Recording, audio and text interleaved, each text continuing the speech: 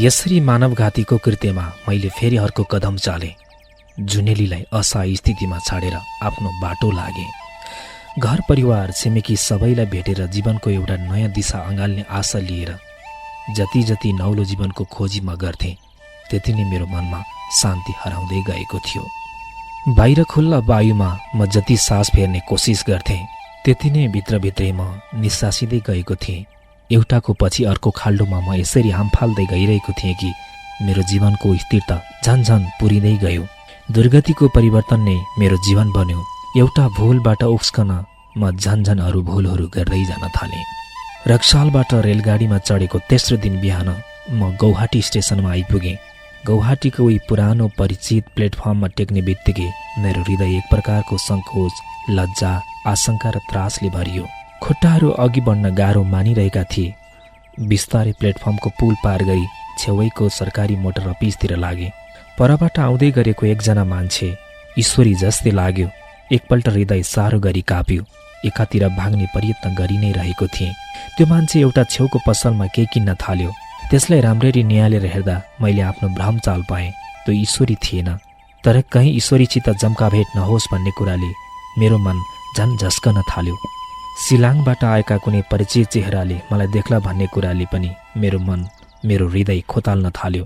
यसबेला मेरो कातरपनले मलाई राम्ररी समातेको थियो। म हर पाइलामा झस्कँदै बढिरहेको थिएँ। मोटर अफिस पुगेर सिलाङको टिकट दिने घरको छेउ उभिएँ। त्यहाँ 9 बजे सिलाङ जाने बसको टिकट गर्न मानिसहरू लाम लागेका थिए। म पनि सबैभन्दा पछि लाममा उभिएँ। मनमा अनेकौं तर्कना उठ्न थाल्यो। म सिलाङबाट विद्यालाभ गर्न गौहाटी आएको, आज कुन रूपमा घर फर्कन लागिरहेछु। मेरो कलुषित कार्यहरू सिलाङमा अवश्य सबैलाई थाहा भइसकेको छ। जुनेलीको खोजीमा ईश्वरीले पनि अवश्य सिलाङ पुगेर दाजुसित सबै कुरा गरेकै होला। हो त ऊ सिलाङमा मेरो खबर लिँदैन होला। म आएको चाल पाएपछि ऊ अवश्य सिलाङ आउला जुनेलीको सोधखोज गर्न। मैले त्यसको के उत्तर दिनु? म जस्तो कुलङ्गारले सिलाङमा सबै परिचितका सामु कसरी मुख देखाउनु? मैले दाजुको नियस र अनुहार सम्झे। मानव उहाँ भनिरहनु भएको छ, मेरो आशा, मेरो मान सम्मान सबै कुरामा डढेलो लगाएर त अब के मेरो चिता सल्काउन आएको होस्? म आत्तिएँ। ती देवतुल्य दाजुको सामुमा कुन मुख लिएर उभिनु? सुधाको अभिमानी आँखा मलाई क्वार क्वार्ती हेरिरहेका मैले सम्झेँ। ती आँखाको म कसरी सामना गर्न सक्छु? उसको घृणा पात्र बनेर म कसरी अडिनु? मैले लामबाटे देखेँ। परबाट एकजना नेपाली ड्राइभर आइरहेको थियो। ऊ स्टेट बस चलाउँथ्यो र उसको घर सिलाङमै थियो। ऊ मलाई राम्ररी चिन्दथ्यो। उसबाट छलिन म लाम छोडेर भित्ताको आड लागेँ। यसरी हर परिचित व्यक्तिको झझल्कोले मात्र पनि म झस्कन थालेँ। सिलाङ जाने साहसको सञ्चार मैले गर्न सकिनँ। मेरो अफिसबाट बाहिर आएर म बिस्तारै फेरि रेलवे प्लेटफर्म जाने पुलमाथि उक्लन थालेँ। संयोगले अघि म आएको रेल अझ प्लेटफर्ममै थियो। त्यो त्यहाँबाट तिनसुकिया जान्छ भन्ने मलाई थाहा थियो। प्लेटफर्ममा आएर म ओरोदोरो गर्न थालेँ। मलाई यो निश्चय भयो कि सिलाङ गएर सबैको सामु मुख देखाउनसम्म योग्य म छैन। म त्यति निर्लज बन्न सक्दिनँ। म जस्तो कायर व्यक्तिको निम्ति यो आँटी नसक्नु साहसको कुरा हो। मैले सिलाङ वा गौहाटीबाट अनन्त टाढा कतै जानुपर्छ। आश्चर्यको कुरो त यो छ कि मेरो अहिलेको यो स्थिति विषय काठमाडौँ छाड्नुभन्दा अघि मैले कहिले विचारिनँ।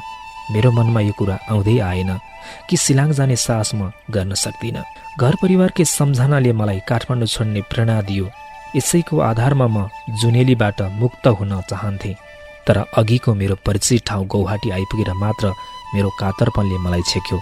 म सिलाङ उक्लन सक्दिनँ भन्ने कुरा बल्ल अनुभव गर्न थालेँ। रेल छुट्न तयार थियो। अनायासै म एउटा डब्बामा चढेँ। झ्यालको छेउ पारी एउटा सिटमा बसेँ। केही छिनमै रेल आफ्नो गन्तव्य स्थान तिनसुकियातिर लाग्यो। साना साना स्टेसनहरूलाई छोड्दै छापरमुख, होजाई आदि जङ्सन केही छिनको निम्ति अडी मध्य दिउँसोतिर रेल लामडिङ जङ्सनमा आएर अडियो। धेरै यात्रीहरू त्यहाँ ओर्लेकोले डब्बामा मानिसहरू पाता लिए। मैले प्लेटफर्ममा झरेर हातमुख धोई एउटा चिया पसलमा गई चिया पिएँ र केही छिनपछि फेरि डब्बामा चढी आफ्नो ठाउँमा बसेँ। मेरो छेउका सबै यात्रीहरू ओर्लेका थिए। यसबेला मेरो छेउमा एउटा नौलो युवक बसेको थियो। त्यो लामडिङमै चढेको हुनुपर्छ भन्ने मैले अनुमान लगाएँ। केही छिनपछि रेल फेरि छुट्यो। म झ्यालको छेउ बसी द्रुत गतिले पछि छोडिँदै गएका विभिन्न दृश्यहरू हेर्नमा तल्लीन थिएँ। विशाल चिया बगान, फाटिला खेत, सघन जङ्गल, गाउँका छाप्राछाप्री घरहरू, ताल पोखरी, खोला नाला, सानातिना नदी पार गर्दै रेल निरन्तर दगुरिरहेको थियो। एक्कासी मेरो छेउमा बसेको युवकले हिन्दी भाषामा मलाई सोध्यो, के तपाईँ नेपाली हुनुहुन्छ? मैले विस्मयसित उतिर पुलुक्क हेरेँ अनि उत्तर दिएँ, हो। अनि उसले नेपालीमा भन्यो, म पनि नेपाली नै हुँ। ए, म नेपाली हुँ भनेर तपाईँले कसरी चिन्नुभयो मलाई? मैले सोधेँ। तपाईँको चेहराले, उसले भन्यो। वेशभूषा जस्तो भए पनि तपाईँको चेहरामा नेपाली छाप स्पष्टै छ। होला, तर चेहराको छाप पढ्ने विद्या म जान्दिनँ, नत्र तपाईँ पनि नेपाली हुनुहुन्छ भन्ने कुरा मैले अनुमान गर्ने थिएँ। मैले भने, विद्या त तपाईँ जान्नुहुन्छ, तर प्रयोग गर्नु भएन। म लक्ष्य गरिरहेको छु, तपाईँले मतिर हेर्दै हेर्नुभएको छैन, युवकले बोल्यो। हेरे हेर्न त, तर बाहिरी आँखाले मात्र। यो प्रसङ्गलाई समाप्त पार्ने विचारले मैले उसलाई सोधेँ, तपाईँ यता कहाँसम्म जानुहुन्छ? डिगबोई, उसले छोटो उत्तर दियो। अहिले कहाँबाट आउँदै हुनुहुन्छ? हाफ्लुङ गएको थिएँ, उहीबाट आउँदैछु। पहाडी लाइनबाट लामडिङ आइपुग्दा यो मेल फेला पारेँ। तपाईँको घर के डिगबोई नै हो? घर त पहिला डिब्रुगढबाट भित्र बोगीबिल गाउँमा हो, तर ब्रह्मपुत्रले काटेर घर माटो बारी सबै बगायो। अहिले त्यो गाउँ नै ब्रह्मपुत्रको गर्भमा भासियो। धेरै नेपाली परिवार बिचल्ली परे। डिगबोईमा हाल तेल कम्पनीमा किरानीगिरी गर्छु। युवकको चेहरा गम्भीर भयो। केही बेरपछि उसले पुनः सोध्यो, यहाँको घर नि कता? सिलाङ, मैले अन्कनाउँदै भने। अनि यता कहाँसम्म? अहिले त तिनसुकियासम्म नै भनौँ, त्यहाँबाट कता हुन्छ अब? अर्थात् मेरो जाने कुनै निश्चित टुङ्गो छैन। यसै बरालिँदै हिँडेको, कतै कामको सुविस्ता परेछ भने गर्ने पनि विचार छ। किन सिलाङमा कामको सुविस्ता पर्दैन र? पर्छ, तर मलाई त्यहाँ गर्ने इच्छा लागेन। यहाँको शिक्षा कति छ कुन्नी? बिएससी पास, एमएससीमा गणित लिएर केही दिन पढेको। ए, सजिलै भेट्नुहुन्छ तपाईँले काम। गणितमा एमएसम्म पढेको मानिसलाई कामको के अभाव? निकै बेरसम्म हामी दुवैजना चुप लाग्यौँ। पर खोरिया जङ्गलभित्र बथानका बथान भैँसीहरू देखिन्थे। केही मास्ती र डाँडो डाँडो परेको ठाउँमा 2-4 छाप्राछाप्री घरहरू पनि थिए। त्यहाँ नेपालीका गोठहरू छन् क्यार, थुप्रै भैँसीहरू देखिन्छन्। मैले मौनता भङ्ग गरेँ। हो, उति छाप्राहरूले पनि त्यहाँ नेपालीहरू छन् भन्ने कुरामा पुष्टि हुन्छ। यी छाप्राछाप्री घरले आसाममा नेपाली जीवनको झाँकी प्रस्तुत गरिरहेको छ। युवकले अरू कसैले कुरा सुन्दैछन् कि भनेर उताउति हेऱ्यो, तर यात्री सबै उँघिरहेका थिए। उनीहरूको ध्यान यतातिर थिएन। निश्चित भएर पलेटी कसेर बस्दै एउटा सानो सानो भाषण नै सुरु गर्यो उसले। नेपालीहरूको प्रकृति पनि एक उदेकको छ। ऊ भन्दै गयो, बिना कठोर परिश्रमको अन्न यिनलाई रुच्दैन। सहरभन्दा यिनलाई वनजङ्गल नै मनपर्छ। आसाममा लाखौँ नेपाली जीवनको साँचो चित्र हेर्नुपर्छ भने सहरबाट टाढा गाउँघरका वनजङ्गलमा पस्नुपर्छ। खेती र गोठ नै यिनका प्रमुख पेसा छ।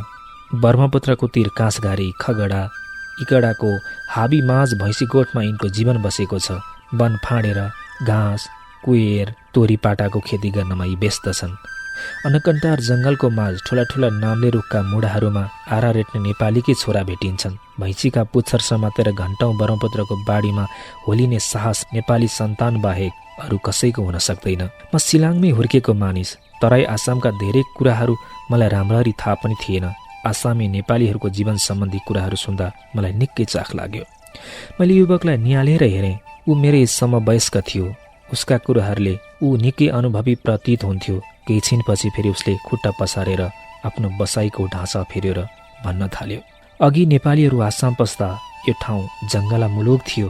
चारैतिर बाटो पाइ नसक्नु जङ्गल थियो।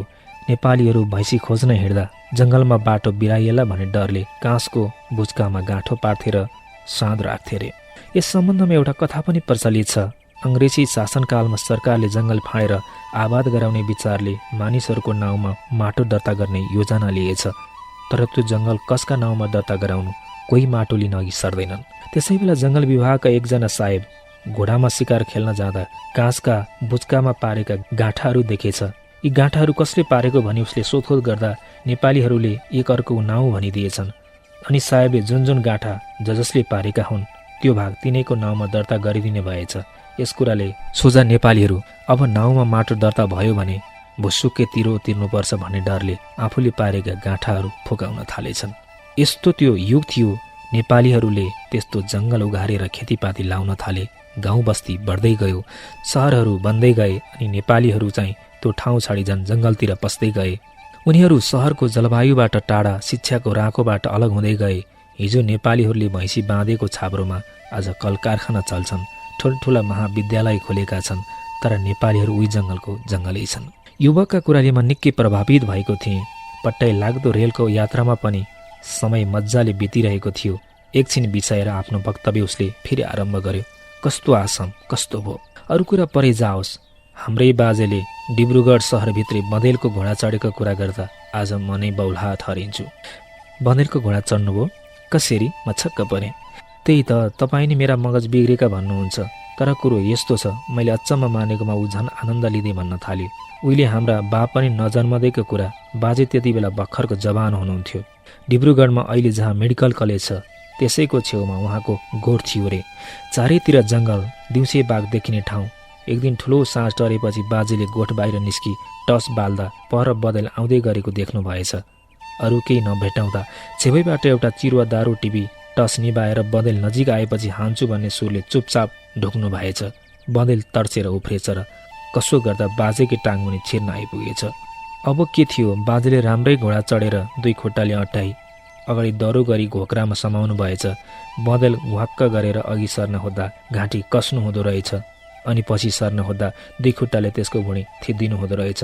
यसरी 2 घण्टा लड्डी गरेपछि एक हातले अघिको चिरपट दाउरो भेट्न पुग्नु भएछ र त्यसैले कचेर 2-3 चोटि कन्सर्टमा बजाउनु भएछ। त्यति गर्दा त्यो अलि परसम्म कुदेर भ्वाक्कै लडेछ। फेरि त्यो उठेन। तिग्रामा जगरले पाछेर बाजे पनि निकै दिन थला पर्नु भएछ। त्यस्तो ठाउँ अहिले सहर बनेको छ। बँदेल त परे जाओस्, अचेल त्यहाँ राति स्याल पनि कराउँदैन। पछि सहर बन्दै जाँदा हाम्रा बाजेले त्यहाँबाट गोठ बोगीबिलतिर सार्नु भएको रे।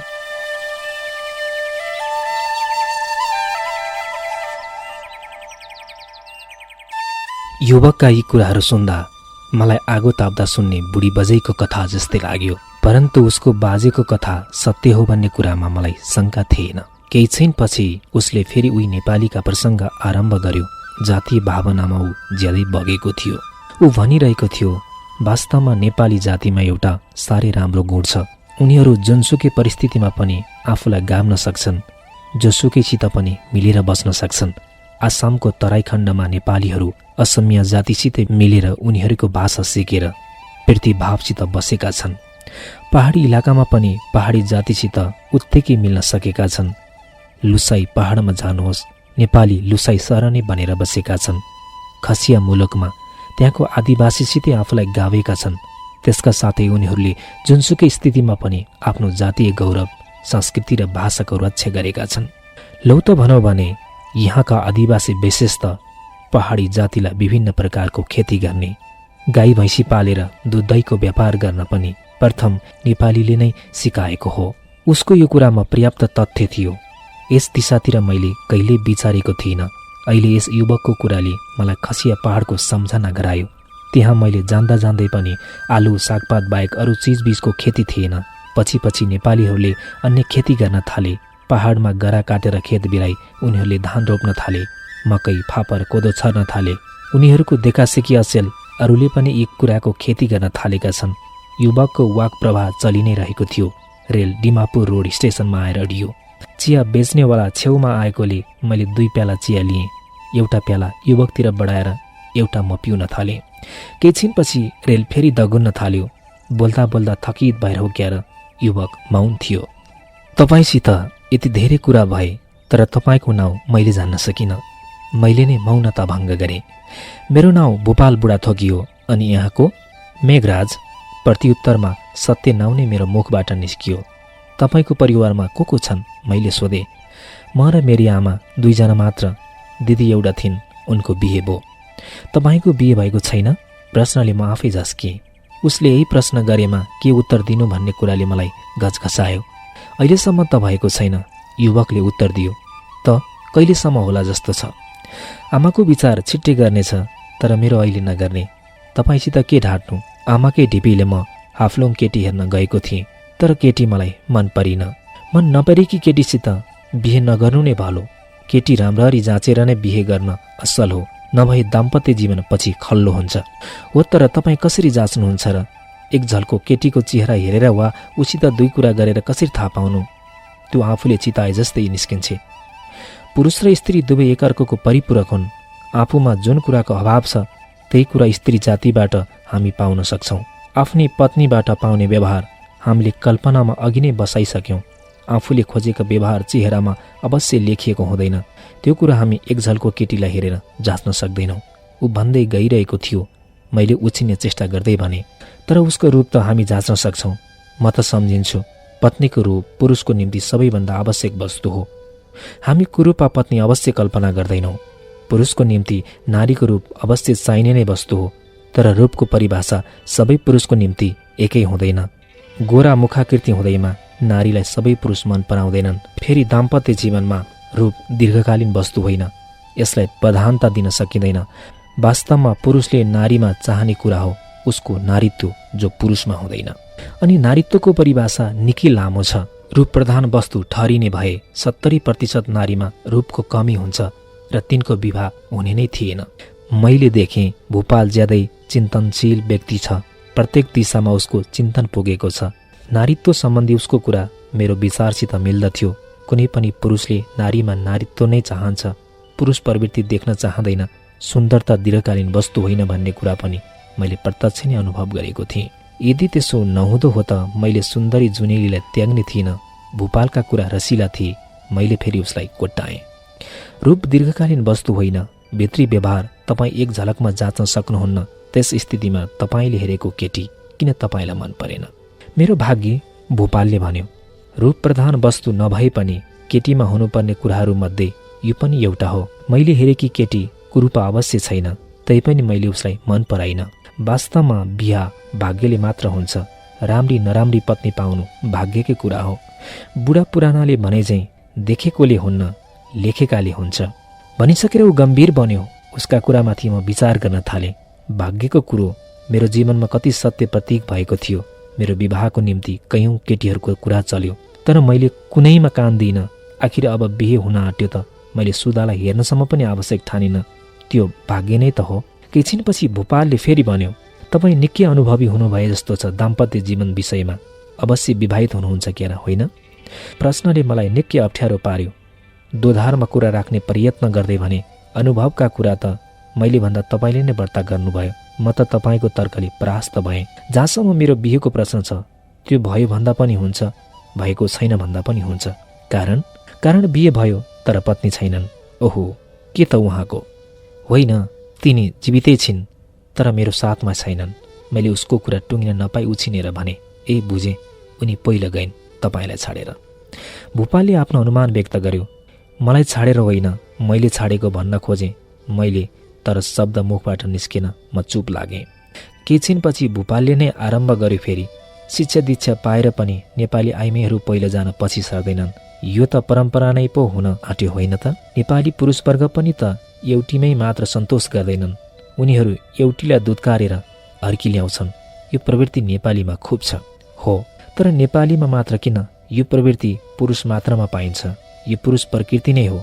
फरक केवल यति नै छ, नेपाली आफ्नो कमजोरीको आफै ढोल पिट्छन् र अन्य जाति त्यसमा ढाकछोप गर्छन्। पत्नीले त्यागेर हिँडिसकेपछि तपाईँ पनि त अब अवश्य विवाह गर्नुहुन्छ होइन त? त्यसतिर मैले विचारेकै छैन र वर्तमानमा म त्यो कुरा सोच्नै चाहन्न। मैले आफ्नो बितेका जीवनमाथि खोल हाल्ने प्रचेष्टा गरेर आफै सान्त्वना लिन खोजिरहेको थिएँ। बाहिर अन्धकार थियो। गाडी यसबेला मरियानी जक्सनको छेउछाउमा थियो। भोपाल केही छिन आराम गर्ने विचारले लामो भएर बेन्चीमा सुत्यो। ऊ बोलिरहँदा निकै थाके झैँ प्रतीत हुन्थ्यो। म अडेस लागेर आरामसित बसेर आफ्नो बारेमा विचार गर्न थालेँ। अहिलेसम्म मैले केही विचार गर्न सकेको थिइनँ कि म कहाँ गएर के गर्नु। कोही परिचित पनि थिएनन् यतातिर। कुनै परिचित नै भए पनि म त्यहाँ निश्चय जान सक्दिनँ। परिचितको दृष्टिबाट आफूलाई छल्न नै यसरी भागिरहेछु। कुनै निष्कर्षमा पुग्न नसकेर मैले तिनसुकियामा पुगेपछि जे जसो होला भनेर चित्त बुझाएँ र मस्तिष्कबाट यी कुराहरू पन्छाउन आफ्नो टाउको झड्काएँ। गाडी तिनसुकिया पुग्दा रातको 11 बज्न आँटिसकेको थियो। मैले आफ्नो झोला सम्हालेँ। भोपालको एउटा सानो बिस्तारा थियो। हामी दुवै प्लेटफर्ममा ओर्ल्यौँ। भोपालले सोध्यो, अब तपाईँ कता लाग्नुहुन्छ?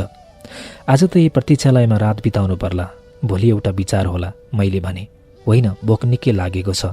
पहिला जाउँ स्टेसनकै भोजनालयतिर। पेट पूजा गरेपछि मात्र अरू कुरा गरौँला। भोपाल कुराको साथै बिस्तारा च्यापेर एकातिर लाग्यो। म पनि पछि लागेँ। भोपालको प्रस्ताव मेरो निम्ति कल्याणकारी नै थियो, कारण ठुलो कुरा त मसित टिकट गौहाटीसम्मको मात्र थियो। डब्बामा टिटी आयो भने त्यसैसित तिनसुकियासम्मको टिकट बनाउन लाउला भन्ने थियो। तर टिटी आएन।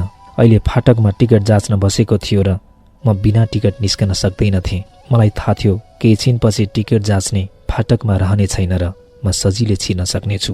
यसरी 13-14 रुपियाँको बचत सजिलै हुनेछ। भोजनालयमा पुगेर खानेकुरा खान थालेपछि भोपालले भन्यो, होइन तपाईँ डुल्नै हिँड्नु भएको हो र? जाने कुनै निर्दिष्ट ठाउँ छैन भने भोलि हिँड्नुहोस् मसित डिगबोई। 2-4 दिन मेरोमा बस्नुहोस्। काम गर्ने इच्छा भए पनि उतै खोजौँला। त्यहाँ नेपालीहरू पनि निकै छन्। आजको रात त हामीले तिनसुकियामा बिताउनै पर्छ। त्यहाँ डेली बजारको छेउमा मेरो एउटा बङ्गाली साथीको दोकान छ। त्यही आजको रात काटौँला। मलाई के खोज्छस् काना आँखा भने जस्तै भयो। भोपालले मेरो ठुलो समस्या हल गरिदियो। तैपनि प्रत्यक्षमा भने, होइन तपाईँमाथि मेरो भार पार्न मलाई सङ्कोच लागिरहेछ। तपाईँ मेरो चिन्ता नगर्नुहोस्। म भार सम्झन्न। तपाईँको साथ पाउँदा मलाई खुसी नै हुनेछ, उसले भन्यो। त्यसो भए जसो तपाईँ भन्नुहुन्छ काम त मलाई खोज्नै परेको छ। डिगबोई नै सही। त्यहाँ मेलो परेन भने पछि देखा जाला। खाना समाप्त गरेर हामी प्लेटफर्मको फाटकतिर लाग्यौँ। त्यहाँ यसबेला कोही थिएन। रेलवेको पुल पार गरेर डेली बजार निस्क्यौँ। रात भोपालको बङ्गाली साथीको माने बित्यो। भोलिपल्ट सानो रेल डिगबोई स्टेसन पुग्दा बिहानको 9 बजेको थियो। म पहिलोचोटि डिगबोई आएको थिएँ। पहिलो झलकमै डिगबोई मलाई राम्रो लाग्यो। पर देखिने ससाना पहाडी थुम्काहरूले सिलाङको सम्झना गराउँथ्यो। तेल कम्पनीले बसाएको यो सानो औद्योगिक नगर बडो परिमिलित र परिमार्जित थियो। कम्पनीका सुन्दर सफा घरहरू प्राय एउटै ढाँचामा बनिएका थिए। चिटिक्क परेका परिष्कृत बाटाहरू, तेल शोध नागरको विशाल कारखाना जसको छुट्टै इलाका छ, पहाडी थुम्कामा बनेको सुन्दर अफिसरी बङ्गलाहरू, समतल मैदानभन्दा केही उच्च ठाउँ। भोपाल र म रिक्सा गरेर स्टेसनबाट उसको डेरामा पुग्यौँ। ऊ कम्पनीमै काम गरे तापनि कम्पनीको घरमा नबसेर भिन्नै बहालमा डेरा लिई बसेको थियो। डेरा नेपालीहरूको अनुष्ठान विष्णु मन्दिरकै छेउमा पर्थ्यो। घर पुगेर भोपालले आफ्नी आमासँग मेरो परिचय गरायो। बुढीले म आएकोमा हर्ष प्रकट गरिन्।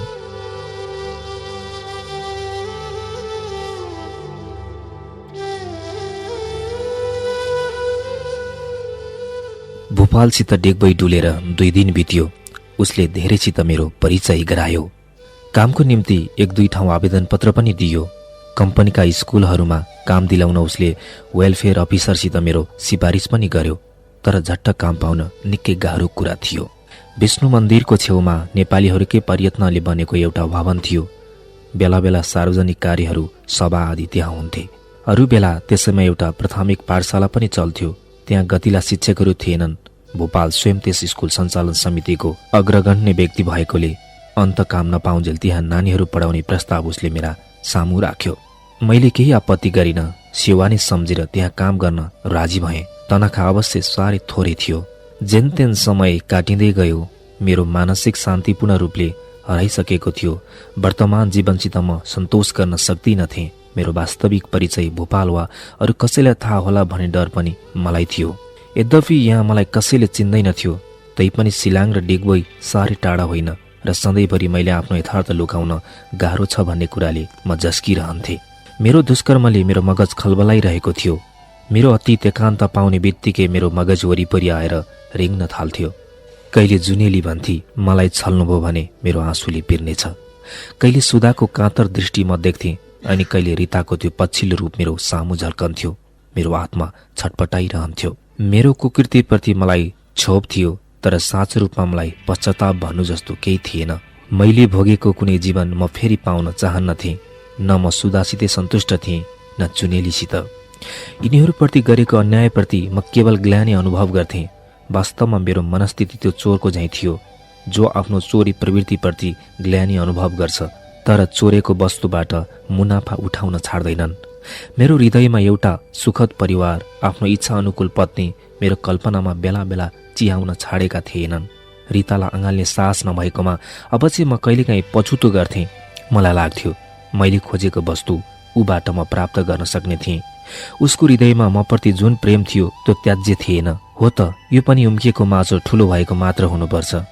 ममा स्वयं सन्तोष भन्ने वस्तुको अभाव म भेट्छु र रितालाई प्राप्त गरेर पनि म तृप्त हुने थिएँ भन्ने कुरामा मलाई सन्देह छ। महिना दिनभन्दा बढ्ता भइसकेको थियो म डिगबोई आएको। अहिलेसम्म म भोपालकै घरमा बसेको थिएँ। महिना मरेपछि स्कुलबाट आएको तनखा खुराकीको रूपमा मैले भोपाललाई दिन खोजेँ, तर उसले लिन मानेन। उसले पैसा नलिएकोमा म आफूलाई उसको बोझ अनुभव गर्न थालेँ। सधैँभरि उसको भार बन्न मलाई निको लागेन। यसरी त म पूर्ण स्वतन्त्रताको सास पनि फेर्न सक्दिनथे। सधैँ उसको सौजन्यता र अनुग्रहको भारले मलाई थिचिराख्थ्यो। कहीँ छेउछाउमा कोठा फेला परे सर्ने मनमने विचार गरेर कोठाको खोजी गर्न थाले। केही दिनपछि छेउमा एउटा घर खाली हुनेछ भन्ने कुरा चाल पाएँ। घर साधारण थियो तापनि मेरो निम्ति पर्याप्त थियो। मैले त्यसलाई लिने निश्चय गरेपछि मैले भोपाललाई भने, भोपाल, एउटा कुरा छ, मैले यहाँ छेउैको कोठा एउटा फेला पारेको छु। तिमीले मलाई भोल बुझ्दैनौ र आफ्नो अनुमति दिन्छौ भने म भोलि त्यहाँ सर्न चाहन्छु। यो महिना दिनभित्रै भोपाल र मेरो माझमा मित्रता यति गइरिसकेको थियो कि हामीले एकअर्कोलाई तिमी सम्बोधन गर्न थालेका थियौँ। भोपालले मेरो कुरामा केही आश्चर्य मान्दै भन्यो, किन यहाँ तिमीलाई के असुविस्ता भएर? असुविस्ता होइन, ज्यादै सुविस्ता भयो। त्यसैले म सर्न चाहन्छु, किनकि म सुविस्ता भोग गर्न परदेश लागेको होइन। म त कठिनाइको अनुभव गर्न चाहन्छु, स्वावलम्बी बन्न चाहन्छु। लौ त्यसो भए त ठिकै छ, तर वर्तमान तिम्रो आयस्ता त ज्यादै थोरै छ, त्यसमा कसरी चल्न सकौला? मेरो खर्च पनि त थोरै नै छ, भएन कहीँ ट्युसन गर्न सक्छु। हुन्छ, तर हाम्रो मित्रता अघि जस्तै रहनेछ। साँझ डुल्ने प्रोग्राम साबिकै रहनुपर्छ। त्यसमा के सन्देह छ? वास्तवमा म तिम्रो मित्रता गुमाउन चाहन्न र नै अन्त सर्दैछु। मलाई डर छ सधैँ एकै ठाउँ एउटै कोठामा रहँदा कतै हाम्रो मित्रतामा मनोमालिन्यताको छेस्का नबिजोस्। म भोलिपल्ट कोठा सरेँ, तर भोपाल र मेरो माझको कार्यक्रम जस्ताको तस्तै रह्यो। प्राय सधैँ जसो स्कुलबाट आएपछि म भोपालकोमा गएर उसको प्रतीक्षा गर्थेँ। ऊ कामबाट आएपछि हामी चिया खाएर डुल्न निस्किन्थ्यौँ। कहिले इन्डिया क्लब गएर खेलहरूमा मन बहलाउँथ्यौँ, कहिले सिलाङको रोडमा चक्कर काटेर आउँथ्यौँ, अनि कहिले चलचित्र घरहरूको छेउछाउबाट बजारको एक फन्को मार्थ्यौँ। त्यस दिन पनि म सधैँ चाहिँ भोपाल र म डुल्न निस्क्यौँ। भोपालले भन्यो, आज तिमीलाई म एक ठाउँमा लान्छु, हिँड। केही उत्तर नदी म उसको पछि लागेँ। सेन्ट्रल डिगबोई पुगेर कम्पनीको एउटा क्वार्टरभित्र भोपाल पस्यो। म चाहिँ बाहिर बरन्डामा उभिएँ। नचिनेको एउटा घरभित्र सटासट पस्न मलाई गाह्रो लाग्यो। केही छिनपछि भोपालले बाहिर निस्केर मलाई भित्र आउने सङ्केत गर्यो। भित्र सानो एउटा बैठक कोठा राम्ररी सजाएको थियो। यस बेला भोपाल बाहेक त्यहाँ एउटा तरुणी ठिटी र एउटी गोरी र निकै बलिष्ठ शरीरकी बुढी मान्छे उभिएका थिए। नाकमा बुलाकी लागेकी यी बुढी मानिसको छाला नौनी झैँ सेतो र उत्तिकै कोमल थियो। आफ्ना समयमा यिनले सहजै पुरुषको हृदय आफूतिर आकृष्ट गर्न सक्थिन् भन्ने कुरामा संशय थिएन। युवतीको रङ गाउँगुरो थियो। ऊ केही पुड्की थिए, तर नाक नक्सा ज्यादै मिलेको थियो। लज्जालु मुहारमा एक प्रकारको सुदोपन टप्कन्थ्यो। शरीर चिल्लो र लोभ्याउने खालको। भारी दुई निबन्ध सबैभन्दा राम्रा थिए। उसका ठुल्ठुला आँखा धनु झैँ तानिएका काला आँखी भाउलाई आइब्रो पेन्सिलले रङ्ग्याउने प्रयोजन नै थिएन। उमेर यस्तै 16-17 वर्षको हुँदो हो। म एउटा कुर्सीमा बसेँ। भोपालले ठिटीलाई लक्ष्य गर्दै भन्यो, दिव्या, तिम्रो निम्ति गणित सिकाउने मास्टर ल्याइदिएको छु। अब मास्टरलाई रिजाएर काम लिने भार तिम्रो। यहाँ मेघराजजी हुनुहुन्छ, गणितमा एमएसम्म पढ्नुभएको ठुलो विद्वान हुनुहुन्छ। नमस्ते गर यहाँलाई। यहाँलाई खुसी पार्न सक्यो भने आउँदो वर्ष गणितमा तिमी सजिलै उम्किनेछौ। दिव्याले दुई हात जोडी। बुढी मान्छे जो दिव्याको आमा थिइन् ले भनिन्, यहाँ नानी अहिले यही हुनुहुन्छ कि? हो, डिगबोईमा छन्। मेरै छेउमा डेरा छ। घर यिनको सिलाङ हो। यतै डिगबोईमा काम गर्ने विचार छ। हजुरले दिव्या बहिनीलाई मास्टर खोज्दै हुनुहुन्थ्यो। भाग्यले गणितका पारङ्गत नै फेला परे। यति भनेर भोपालले मतिर हेरेर भन्यो, मेघराज, मैले तिमीलाई पहिले नै जनाइन। मलाई डर थियो म एक्लैको कुरा तिमीले अस्वीकार गरिदियो भने, त्यसैले तिमीलाई थाहै नदी यहाँ ल्याएको। दिव्या प्रवेशिकाको तयारी गर्दैछिन्। पोहोर यिनको गणित बिग्रिएको थियो। तिमीले अलिकति समय निकालेर यो ट्युसन लिनै पर्छ। लौ, यहाँ नानीले 5-6 महिनालाई हेरिदिनु पर्यो। पोहोर पनि यसले फेल गरी, यसपालि पनि कोनी। यहाँ नानीले पढाइदिए तै पास गरिहाल्छ कि? बुढीले भनिन्। बुढीको कुराको उत्तर नदी मैले भोपालतिर हेरेर भने, तर केटीहरूको निम्ति गणित अनिवार्य विषय त होइन। होइन, तर दिव्या बहिनीले गणित लिएर पास गर्ने रे र कलेजमा विज्ञान पढ्ने रे। भोपालले उत्तर दियो। पढी विज्ञान यसले म्याट्रिकसम्म पास गराउन पाए एउटा केटो खोज्नुहुन्थ्यो। बुढीले हाँस्दै भनिन्। दिव्या नतमस्तक भएर उभिरहेकी थिए। भूपालले उतिर हेर्दै भन्यो। बल्ल त मास्टर खोजियो, अब केटो पनि खोजौँला बिस्तारै, होइन त दिव्या बहिनी? अनि केही हाँसेर उसले मतिर पुलुक्क हेर्यो। दिव्या लाजले भुतुक्क भई मेरो मनमा अर्कै ढुकढुकी पर्यो। भोलिपल्टबाट सातामा 3 दिन बेलुका पढाउन आउने निश्चय भएपछि हामी उठ्यौँ। यो ट्युसनको जोहो भूपालले मेरै कल्याणको कामना गरेर गरेको भन्ने कुरा मलाई बुझ्न गाह्रो परेन। भूपालबाट मैले पाएको निष्काम मित्रता र सहृदयता मैले खोजेर पनि मेरो जीवनमा बिर्सन सक्दिनँ। दिव्यालाई पढाउन सातामा 3 दिन स्कुल छुट्टी हुने बित्तिकै म सेन्ट्रल डिगबोईतिर लाग्थेँ। दिव्या र उसको परिवारमा राम्रो छाप दिने प्रचेष्टामा म बडो परिश्रमले उसलाई पढाउन थालेँ। दिव्याका पिता तेल कम्पनीमै काम गर्थे। उनी आफ्नो काम र आफ्नै मनोरञ्जनमा तल्लीन रहन्थे। घर परिवारको उनलाई खोजी नै थिएन। परिवार सञ्चालनको सबै कार्यभार दिव्याकी माताको हातमा थियो। दिव्या आफ्नो मातापिताको एकमात्र सन्तान थिए। 3 जनाको यो परिवारमा दिव्याकी माता नै सर्वेसर्वा थिइन्। मेरो हृदयभित्रको अमेर तृष्णा फेरि मेरो सामु मुख बाएर उभिरहेको थियो। दिव्यालाई आफ्नो त्यति निकट भेट्दा म भित्रको नारी शरीरको भोक, नारीहरूको तिर्खाले मलाई फेरि पिरोल्न थाल्यो। पढाउने न्युमा मेरा आँखा दिव्याको शान्त सौम्य मुखाकृतिमा रसपान गर्दथे। उसका प्रत्येक अङ्ग प्रत्यङ्गमा मेरो आँखा पुग्थे। उसको लज्जालु स्वभावले मेरो हृदय स्वत उतिर तानिन्थ्यो। सरोवरमा फक्रेका कमल पत्र झैं उसका ठुल्ठुला आँखाले चुम्बकको काम गर्थ्यो। उसका छालाको रुवा झैं कोमलपन मनमनै अनुभव गर्थे। कहिलेकाहीँ हिसाब गर्न बिराउँदा म हलुङ्गोसित उसका पोटिलो गाला निमोठिदिन्थेँ र आफै शरीरमा बिजुलीको सञ्चार भएको म अनुभव गर्थे। दिव्यालाई पढाउन जाने साताका यी 3 दिनको म बडो व्यग्रतासित प्रतीक्षा गर्थेँ। पछि सातामा 4 दिन जाने गर्न थालेँ। दिव्याकी आमा मदेखि सन्तुष्ट थिइन्। यसरी भूपालसित पनि मेरो भेटघाट केही कम हुन थाल्यो। यसैबीच भूपालले मलाई एउटा शुभ समाचार दियो। मैले कम्पनीको हाई स्कुलमा शिक्षाको निम्ति अन्तर्वार्ता दिएको थिएँ। त्यसमा म नियुक्त गरिएछु। अब मेरो आर्थिक स्थितिमा निकै सुधार भयो भन्ने कुराले म त्यस दिन ज्यादै हर्षित थिएँ। भोलिपल्टबाटै म आफ्नो नयाँ काममा उपस्थित भएँ। स्कुलबाट बिदा भएर म सधैँ झैं दिव्याको घर पुगेँ। दिव्या साबिक हिसाबले पढ्न तयार परी। मैले भने, दिव्या, आज मलाई पढाउने इच्छा छैन। आमा कता हुनुहुन्छ? भित्र चुलोमा भन्ने उत्तर ऊबाट पाएर म सरासर चुलैतिर लागेँ। दिव्याकी आमा चिया उमाल्दै थिइन्। मैले भने, आमा, लौ तयार हुनुहोस्, आज म तपाईहरुलाई बाइस्कोप देखाउन लान्छु। म आजबाट नयाँ काममा लागेँ। मैले कम्पनीको काम पाएको कुरामा असीम हर्ष प्रकट गर्दै दिव्याकी आमाले आफू बाइस्कोप जान अनिच्छा प्रकट गरिन् र दिव्यालाई भने लिएर जाने एक प्रकारको आग्रह नै गरिन्। उनले स्वच्छ हृदयले त्यो आग्रह गरिन् वा उनको हृदयमा अरू नै विचारले काम गरिरहेको थियो, त्यो त्यसबेला मलाई थाहा भएन। दिव्या मसित जान तयार परी। मैले त वास्तवमा सिनेमाको आडमा चाहेकै दिव्याको निकट सम्पर्क थियो। हामी दुवैले डिगबोईको शीतताप नियन्त्रित चित्र भवनमा चित्र हेर्यौं। म यस दिशामा निकै अनुभवी भइसकेकोले होला मेरो संकोची स्वभाव र कायरमा निकै हटिसकेको थियो। तैपनि मेरो आत्माको पवित्रताको अभाव नै हुनुपर्छ।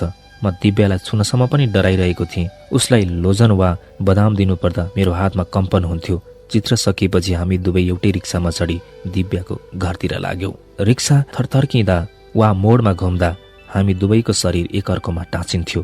फेरि म केही वरप सर्ने प्रयत्न गर्थेँ। यसरी दिव्यासितको स्पर्शले मात्र एउटा सुखद आनन्दको अनुभव गर्दै म दिव्यालाई उसको घर पुर्याई त्यसै रिक्सामा आफ्नो डेरातिर लागेँ। दिव्या र मेरो माझ अब निकै घनिष्ठता बढ्दै गयो। पढाइको बाहिर बेला बेला ऊ र म 1-आधा घण्टा सँगै डुल्थ्यौं र यदाकदा चलचित्र पनि हेर्थ्यौं। तर अहिलेसम्म हाम्रो सम्बन्ध एउटा शिक्षक र छात्रसम्म नै सीमित थियो। दिव्याको हृदयभित्र मैले हेर्ने चेष्टा गरेर पनि उसका भावहरू बुझ्न सकेको थिइनँ। उसले मलाई एउटा मास्टर भन्दा बढ्ता अरू केही ठानेकी छैन भन्ने कुरा नै ऊ झल्काउँथे।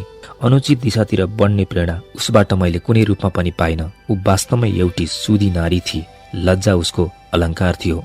जहाँसम्म मेरो सम्बन्ध थियो, ऊप्रति मसित लुकेको तृष्णा र एउटा नारीलाई अँगाल्ने मेरो मनको भोग मैले स्वतः प्रत्यक्ष रूपमा उसको सामु व्यक्त गर्न सकेको थिइनँ। हावभावले मैले त्यसतिर संकेत अवश्य गरेँ, तर मेरो हावभावलाई दिव्याले या त बुझिन या बुझेर पनि केही वास्ता गरिन। इच्छा गरेकी भए मैले आफ्नो प्रेम जालमा फसाएर दिव्याबाट आफ्नो हवस पूर्ति गर्न सक्ने थिएँ। तर त्यसो गर्न मेरै कलुषित अतीतले छेक्थ्यो। मेरो अतीतका जघन्य कृत्य उही गिलो माटो थुपारेर भल थुने झैं मिथ्याको कच्चा पर्खाले छोपिएको थियो। त्यो कुनै समयमा पनि भत्कन सक्थ्यो। अनि म विचार्थेँ, मेरो अतीत सामु देखिँदाको घडीमा दिव्याले मलाई कसरी थोक्नेछ। वास्तवमा मेरो भित्री रूप यस्तो छ कि कुनै नारीलाई म थायी रूपले अँगाल्न सक्दिनँ। मेरो बाहिरी मुखुण्डो खोलिएर असली चेहरा प्रकट हुँदा दिव्य त के संसारको सबै नारीले मलाई घृणा गर्नेछन्, जो मेरो निम्ति असह्य हुनेछ। प्रेमको नाटक रचेर दिव्य जस्ती सरल सुधी केटीको जीवन नष्ट पारी अझ एउटा कलङ्क भेट्ने मलाई साहस हुँदैन थियो। त्यसैले इच्छा हुँदाहुँदै पनि डराउँथे। भित्रभित्रै सल्कन म तत्पर थिएँ, तर नारी प्रेमको दिशामा अर्को पाइलो सार्न मेरो खुट्टा उठ्न नसक्ने गरी भारी भइरहेको थियो। आइतबारको दिन थियो। कोठामा एक्लै पल्टेर अनेकौं विचारमा म मग्न थिएँ। हृदयमा सधैँ यो झस्का लागिरहन्थ्यो कि मेरो वास्तविक परिचय डिगबोईले कुन दिन पाउने हो अनि मेरो सुन्दर सपनाको महल भत्केर जानेछ। म चरित्रहीन र लोफर साबित हुनेछु। भूपालले थोक्नेछ। दिव्याको परिवारले मलाई देख्दा ढोका थुन्नेछन्। साथीहरूको माझ म चर्चाको विषय बन्नेछु अनि मैले आफ्नो झोला भेर्नु पर्नेछ र जुन बाटोबाट म आएको थिएँ त्यही बाटो मैले सम्हाउनु पर्नेछ। अहिले पनि मगजमा यिनै कुराहरू खेलिरहेका थिए। भूपालले आएर बोलाए। म उठेर बसेँ। भूपालले यताउति कुराहरू गर्दै मलाई सोध्यो, तिम्रो ट्युसन कस्तो चल्दैछ त? चल्दैछ। मगज राम्रो छ केटीको, मैले भने। चेहरा पनि नराम्रो छैन। सम्बन्ध तिम्रो अनुकूल नै ठहर छ। यसको अर्थ? म भित्रभित्री कौतूहलले छटपटेँ। टयुटरबाट अवकाश प्राप्त भएपछि दिव्याकी आमाले तिमीलाई घर ज्वाइँको जागिर दिएर छोरीलाई नयाँ किसिमको तालिम दिने विचार गर्दैछिन् अनि यसको निम्ति मलाई तिम्रो अभिभावक सम्झेर यस विषयमा तिम्रो इच्छा जान्ने आग्रह गरेकी छन्। अब तिम्रो इच्छा के छ सुनौ। म केही हाँसेँ। बिस्तारै भने, घर ज्वाइँको जागिर तिमीले लिँदा हानि के छ? छैन केही हानि त, तर जात मिल्दैन। म छेत्रीको छोरो, ऊ जैसी बाहुनकी छोरी। भूपालले भन्यो। मैले लामो सास फेर्दै भने, जहाँसम्म मेरो सम्बन्धको कुरा छ त्यसलाई यत्तिकै टुङ्गिन दिएको राम्रो हो। टयुटरबाट घर ज्वाइँ बन्ने सम्भावना छैन। घर ज्वाइँ नबने पनि ज्वाइँ बन्न त निश्चय तिमीलाई आपत्ति हो होइन? मेरो न घर नै बन्छ न म कसैको ज्वाइँ नै बन्छु, यो कुरा छाड। तर यो त अनौठो कुरा भयो। तिमीहरू दुईजना त डिगबोईकै नेपाली समाजका चर्चाको विषय बनेका छौ।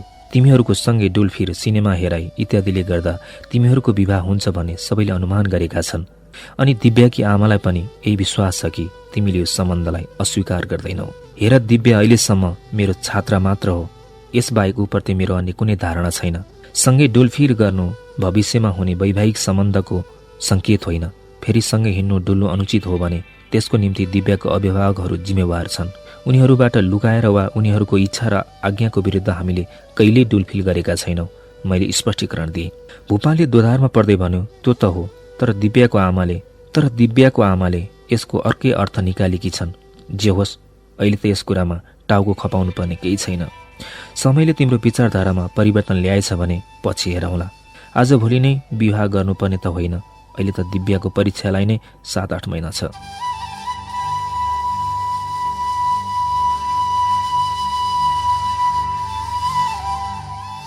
केही छिनपछि ऊ गयो। मेरो हृदयमा अनेकौं प्रतिक्रिया हुन थाले। दिव्यालाई आँगालेर नयाँ संसार रचना गर्ने कुराले मेरो हृदयबाट चिहायो। एउटी सुन्दर कोमल नारी मेरो बाहुपासमा आबद्ध भएर मलाई विकल पार्न थाली। तर केही छिनमै मेरो विभत्स अतीत मेरो सामु देखा पर्यो। रिता, सुधा, जुनेली सबै मतिर औँला ठडाइरहेको मैले देखेँ। मेरा कुटुम्ब परिवारका सबै सदस्यहरूको चित्र एक एक गर्दै मेरो सामु देखिए। मेरो हृदय छटपटियो। मनमा नै विचार गरेँ, दिव्यासित म अब भेट गर्दिन। उसलाई पढाउन भोलि नै गएर असमर्थता प्रकट गर्नेछु। तर उसलाई एक झलक हेर्ने लोभ मैले छोड्न सकिनँ। उसकोमा जाँदै नजानेसम्मको आत्मबल ममा थिएन। मेरो तृष्णाले मलाई समाति राखेको थियो अनि एउटा कुराको निश्चय गरेँ, अबदेखि उसित सबै प्रकारको उठबस डोलफिर बन्द गर्नेछु। मानिसहरूलाई हाम्रो विषय लिएर चर्चा गर्ने अवकाश म दिन्न। पढाउने समयमा गएर उसलाई पढाउनेछु र पढाइको पछि नै त्यहाँबाट बाटो लाग्नेछु। भोपाल यी दिन आदिकवि भानुभक्तको जन्मजयन्ती मनाउने विषयलाई लिएर व्यस्त थियो। जयन्ती उपलक्ष्यमा सांस्कृतिक प्रदर्शनी पनि हुने भएको थियो। त्यसैले साँझ साँझ ठिटाठिटीहरू रियाज गर्न विष्णु मन्दिरमा भेला हुन्थे। दिव्याले पनि नृत्यमा भाग लिने भएकी थिए। ऊ रिहर्सलको निम्ति बेलुका आउने गर्थी। भोपाल र म पनि कहिलेकाहीँ रिहर्सल हेर्न पुग्थ्यौँ। भोपाल स्वयं गीत नृत्य आदि कलाबाट अनभिज्ञ थियो। तर यस जयन्ती समारोहको ऊ मुख्य व्यवस्थापक भएकोले कहिलेकाहीँ यहाँ आएर कलाकारहरूको उन्नति हेर्ने आफ्नो कर्तव्य नै सम्झिन्थ्यो। धेरैजसो ऊ चन्दा उठाउनु र अन्य व्यवस्था मिलाउने काममा नै व्यस्त रहन्थ्यो। म सिलाङ छँदा सङ्गीत, नाटक आदि कलाप्रति मेरो निकै रुचि थियो। बेला बेला म यी कुराहरूमा भाग पनि लिन्थेँ। क्लबमा प्राय जमघट होइ नै रहन्थ्यो, तर सिलाङ छाडेबाट यता यी कुराहरूसित मेरो सम्पर्क नै थिएन। धेरै समयपछि फेरि मलाई यस्तो जमघटमा सामेल भएर गीत नृत्य हेर्ने मौका मिलेको थियो। तर म भोपालसित दर्शकको रूपमा मात्र यो रिहर्सलमा आएथेँ। मैले कुनै कुरामा भाग लिएको थिइनँ, न त यी कुराहरूमा मलाई नै धेरथोर ज्ञान छ भन्ने कुरा नै मैले प्रकट गरेको थिएँ। जयन्ती समारोहको दिन आइपुग्यो। विष्णु मन्दिर भवनमा यो समारोहको व्यवस्था भएको थियो। नेपालीहरूको निकै ठुलो जमात थियो। नेपाली बाहेक त्यहाँ अन्य स्थानीय गणमान्य व्यक्तिहरू पनि आमन्त्रित थिए। बेलुका पहिले सानो सभा सम्पन्न भयो। आदिकविको जीवनी तथा उनका कृतिहरू विषय वक्तव्यहरू भए अनि सांस्कृतिक प्रदर्शनी आरम्भ भयो। यो समारोहको मूल भाग यो सांस्कृतिक कार्यक्रम नै थियो, जसमा कविसित सम्बन्धित विषयवस्तु केही पनि थिएन। प्रायजसो विषयहरू आधुनिक गीत र नृत्य नै थिए। एक दुई भारतनाट्यम, मारुनी नृत्य, मणिपुरी नृत्य आदि नाचहरू, वाद्य सङ्गीतमा केही पश्चिमी धुन र धेरै जस्तो त्यस्तै गीतहरू। भानुभक्तको जीवनी र उनका कृतिहरूलाई दर्शाउने यहाँ कुनै विषय थिएनन्। यहाँको कार्यक्रमलाई हेरेर जयन्ती समारोह भन्ने लाग्दैनथ्यो, अपितु लाग्थ्यो म कुनै सस्तो खालको छसमिसे प्रदर्शनी हेरिरहेको छु। दिव्या एउटा नाग नृत्यको निम्ति मञ्चमा आई। उसको चोली र साडी राता थिए, लुगाहरू ज्यादै कसिएका। उसका शरीरका प्रत्येक अङ्ग प्रदर्शन भइरहेको थियो। उसको केश राशि सर्पने बेरिएर पेटारीमा बसे झैँ पारेर खोपा पारिएको थियो। कृत्रिम श्रृङ्गारमा आज ऊ ज्यादै आकर्षक देखिएकी थिए। उन्मादको ज्वा सृष्टि गर्ने मादकता उसको चेहरामा टप्कन्थ्यो। नृत्यमा उसको हावभावले पनि ज्यादै कुशलता देखाइरहेको थियो। वाद्यको धुनसँगै ऊ जब आफ्नो आकर्षक आँखा नचाउँथे तब हर पुरुषको हृदयमा बिजुली दगुर्थ्यो भन्ने कुरामा संशय थिएन। जनता प्रत्येक हावभावको प्रदर्शनमा चित्कार गरिरहेका थिए।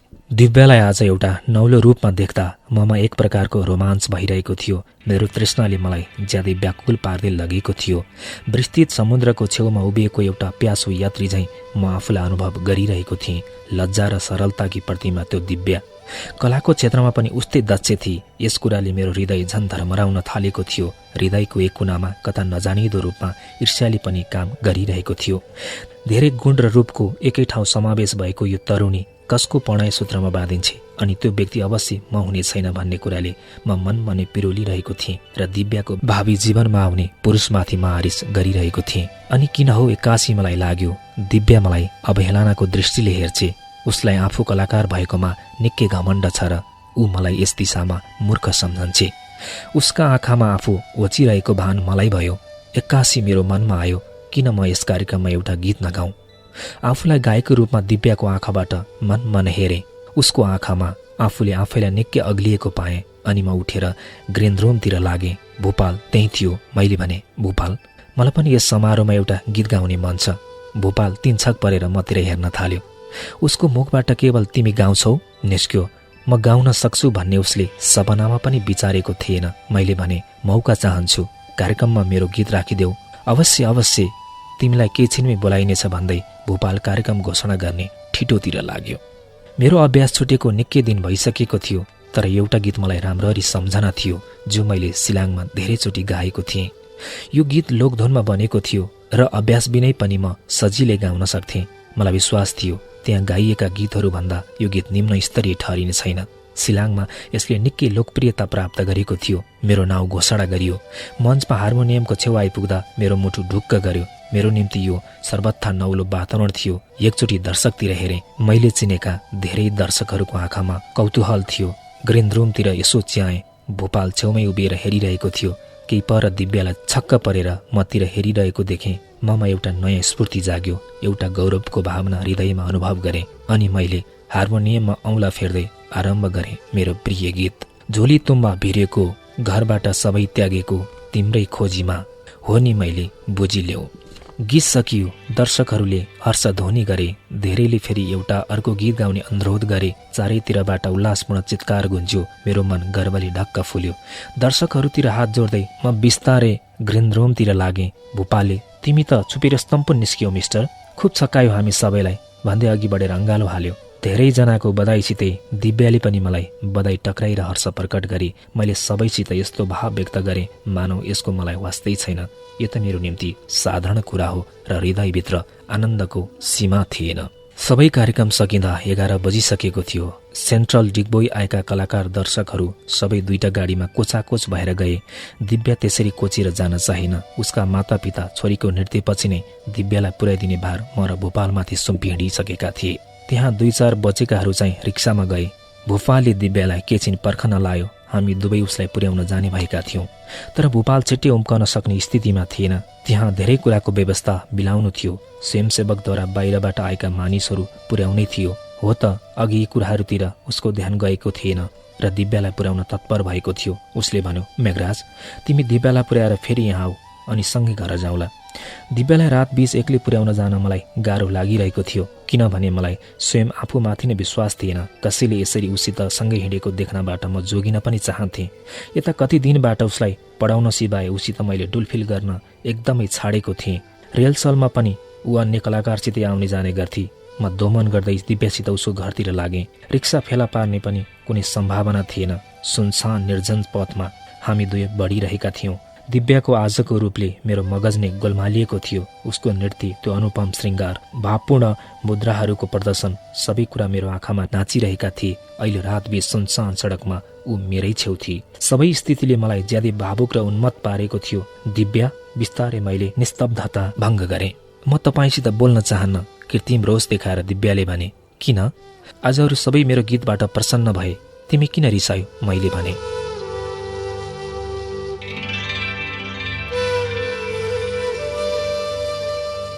किन मबाट लुकाउनु भयो यत्रो दिन? दिव्याले यसरी भने, मानव मेरो सबै कुरा जान्ने उसलाई अधिकार छ। के लुकाएँ? म केही नबुझ्ने जस्तो भने।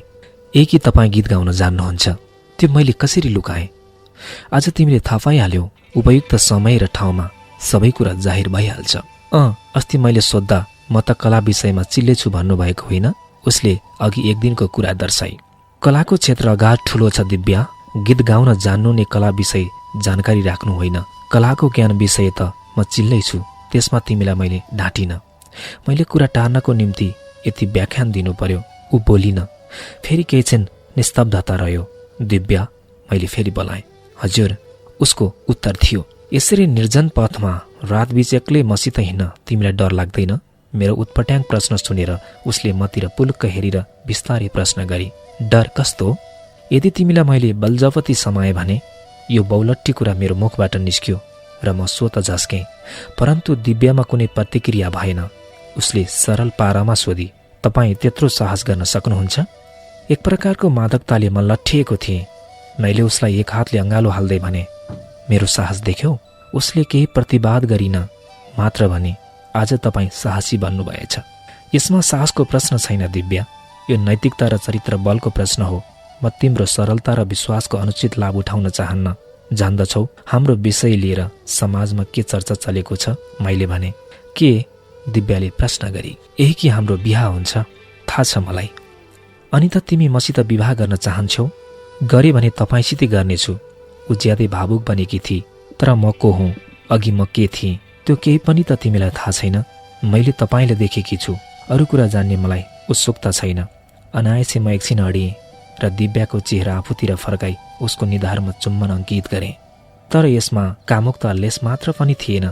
म ज्यादै भावनामा बगेको थिएँ। मलाई लाग्यो म दिव्यालाई प्रेम गर्छु। हामी दुवै एकअर्काको निम्ति नै बनेका हौँ। तर हृदयभित्र एउटा चित्कार म सुनिरहेको थिएँ। कोही भनिरहेको थियो, त विवाहित होस्, तेरो पत्नी अझै छँदैछ। तैँले धेरै नारीको जीवन लुटिसकिस्, अब फेरि अर्को एउटा बालको जीवन किन भ्रष्ट पार्न लागिरहेछस्?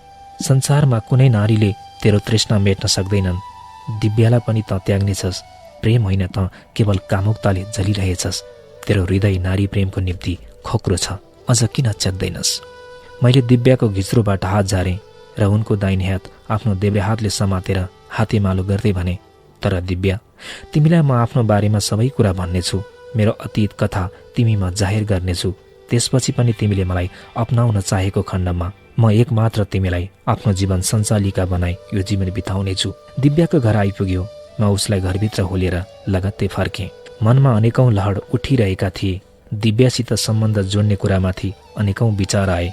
ऊ मसित प्रेम गर्छ भन्ने कुरा अब मेरो सामु स्पष्ट थियो। तर अर्कोतिर म विवाहित हुँ भन्ने कुराले म झस्केँ। सुधाको त्यो कसैले आलो काँचो मासु एक ठाउँमा थुपारे झैँ अमेल शरीर, त शुष्क छाती, कृत्रिम श्रृङ्गारले झन् भद्द पारेको त्यो अनुहार, कङ्कालमा 2 टोड्का झैँ भित्र घसिएका ती आँखा सबै मेरो सामु नाच्न थाले। अनि विचारे अब सुधासित मेरो भेट हुन सम्भव पनि छैन र इच्छा पनि। ऊ जस्तै पुरुष प्रवृत्तिको आइमेलाई म जीवनभरि अँगाल्न सक्दिनँ। बरु दिव्यालाई मेरो हृदय खोलेर राखिदिनेछु।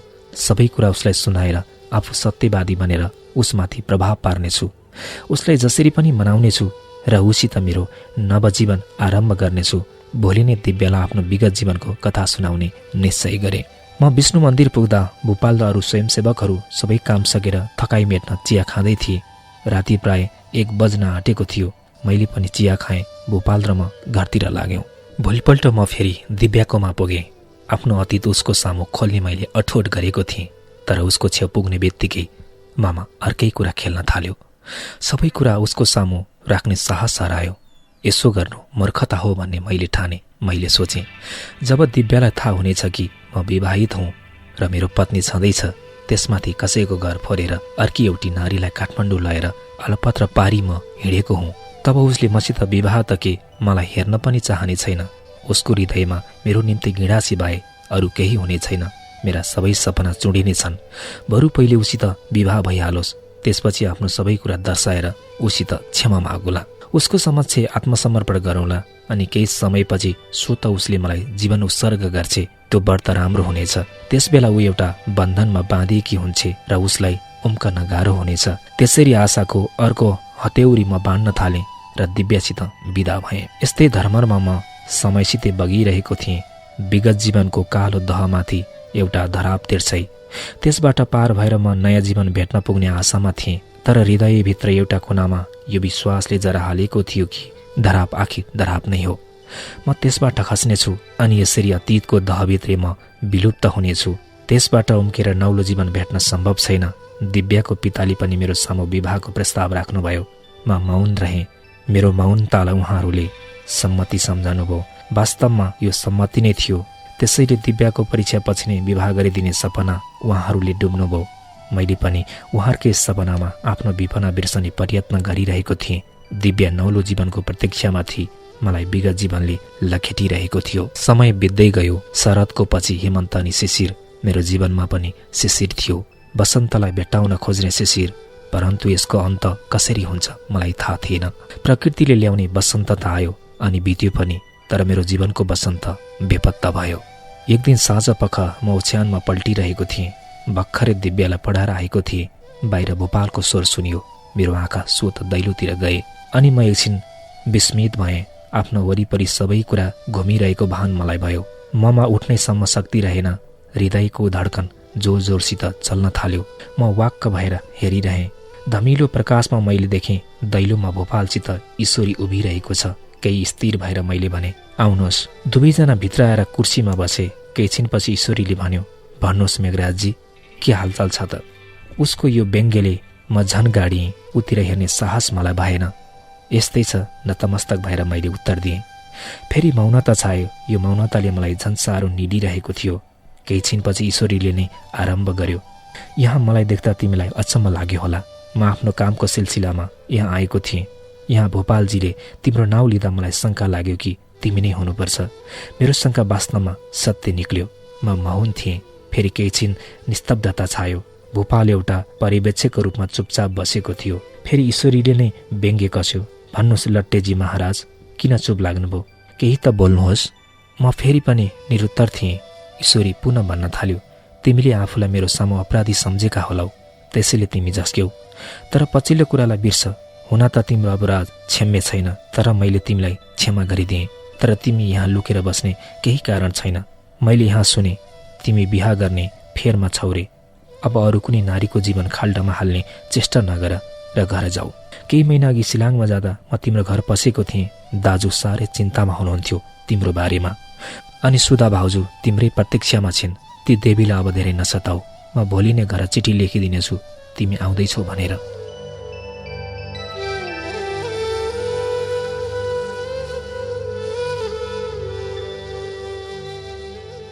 केही छिन अडिएर ऊ फेरि भन्दै गयो, हुन त तिम्रो कमजोरीको आभास मलाई पहिलेदेखि नै थियो, तर तिमी यति तल खसौला भन्ने मलाई लागेको थिएन। पो छाड यी कुरा। तिमीलाई यो कुरा जानेर अचम्म लाग्ला, यसबेला जुनेली मसित छे। तिमीले उसलाई छलेर आएको 1 महिनापछि नै उसले मलाई चिठी लेखेकी थिए र म गएर उसलाई ल्याएँ। वास्तवमा हाम्रो सम्बन्धलाई विवाहको संस्कारले बाँधेको छ। हामी एकअर्कोबाट फरक रहनै सक्दैनौँ। उसले हाम्रो संस्कारको बन्धन चुडाली कोसिस अवश्य गरी, तर त्यो चुडिन सक्दैन। अब त ऊ आमा बन्ने भएकी छ। ऊ केही छिन अडियो, फेरि सुनसान छायो। म वाक्य बसेको मधौरो झैँ टोलाइरहेको थिएँ। बोल्न खोजेर पनि शब्द मुखबाट निस्कँदैन थियो। ऊ फेरि भन्न थाल्यो, यहाँ भोपालजीलाई तिम्रो बारेमा मैले सबै कुरा भनेको छु। यहाँले पनि तिमीलाई घर जाने कुरामा जोड दिनुहुनेछ भन्ने म सम्झन्छु। जोड के दिनु छ? मलाई आशा छ तिमीले बिराएको बाटो अब पहिलाउने छौ। अब हामी घर जाउँ भोपालजी। दुवैजना उठे। भोपाल एक शब्द पनि बोलेन। दुवैजना कोठाबाट निस्के। म मूर्तिवश बसी नै रहेँ। उठेर उनीहरूलाई बिदा गर्ने जाँगरसम्म रहेन। मनमा आयो, ईश्वरीसित क्षमा मागु। उसलाई भनौ, तिमी मानिस होइनौ, साँच्चै नै ईश्वरी हौ। तर मैले केही गरिनँ। यसरी आँधीको झोका झैँ हठात ईश्वरी आयो। मेरा सपनाका दरबारहरू तासको घर झैँ त्यस झोक्कामा परेर भत्के। अनि एउटा आँधीको झोक्का सरी नै एकैछिनपछि ऊ जसरी आयो त्यसरी नै गयो। मेरो तन्त्रवस्त भङ्ग भयो। सबैभन्दा मलाई पछुतो लाग्यो मेरो बितेका जीवनको इतिहास भोपाललाई नभनेकोमा। भोपालले मलाई यो प्रदेशमा जति सहायता गर्यो त्यो कसैले पनि सहज गर्दैन। अनि त्यसको साटो उसले मबाट केवल चाहेको हो मित्रता। त्यसमा पनि मैले विश्वासघात गरेँ। आफ्नो सत्य परिचय उसलाई दिइन। सबै सत्य कुरा उसको समक्ष पहिला नै जाहेर गरेको भए आज उसले त्यसरी मुख फेर्ने थिएन।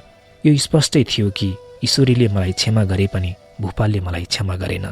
उसको सामु अब मुख देखाउने मलाई साहस थिएन। हुन त धेरैचोटि भोपाललाई मैले आफ्नो कथा सुनाउने विचार गरेको थिएँ, तर मिथ्या कल्पनामा म यसरी घोरिएको थिएँ कि सत्य बोल्ने ममा साहस थिएन। मैले दिव्याको अनुहारमा अश्रुपूर्ण घृणा देखेँ। हिजोसम्म पुत्रवत स्नेह गर्ने उसकी आमाले मलाई देखेर दैलो थुनेको मैले सम्झेँ। अनि भोलिसम्ममा डिगबोईले मेरो विगत जीवनका पृष्ठहरूमा आफ्नो व्यङ्ग्यपूर्ण टिप्पणी गरेको मेरो मगजमा खेल्न थाल्यो। लोकनिन्दा, वास्तवमा लोकनिन्दाको भयले नै म सधैँ भागेको छु। यसले मलाई लखेटिरहेको छ।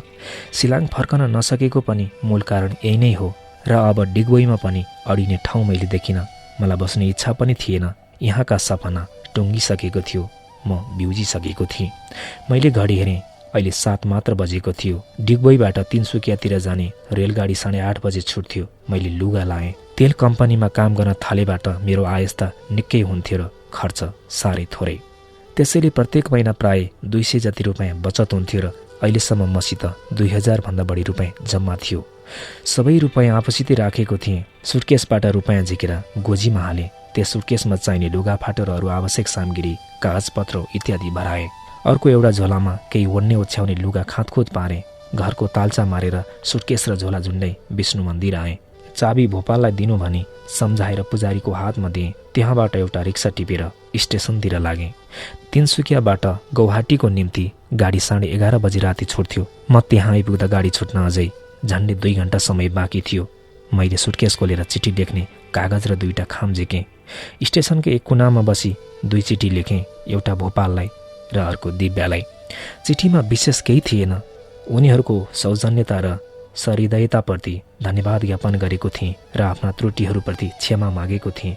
भोपाललाई मेरो कोठाका सामग्रीहरू घर ल्याउने र कोठा घरवालालाई बुझाइदिने आग्रह गरेको थिएँ। दिव्याको चिठीमा मलाई बिर्सने र अरू कसैसँग विवाह गर्ने कुरा दर्शाएको थिएँ। चिठी खाममा भराएर स्टेसनकै रातो ढङ्गमा हालेँ। त्यसबेला दिव्याको त्यस दिनको कुरा सम्झना भइरहेको थियो, जो मेरो प्रश्नको उत्तरमाथि ममाथि विश्वास र प्रेम सम्झेर अनायासै मेरो आँखा रसाए। म गाडी चढेँ। गाडी आफ्नो समयमा छुट्यो। म भागिरहेको थिएँ डिगबोईबाट, आसामबाट, आफ्नै जीवनबाट। एउटा चोरको झैँ मेरो स्थिति थियो। मलाई लखेटिरहेको थियो। मेरै कायर प्रवृत्तिले मेरो खजमजिएको जीवनमा स्थिरता कतै देखा पर्दैन थियो।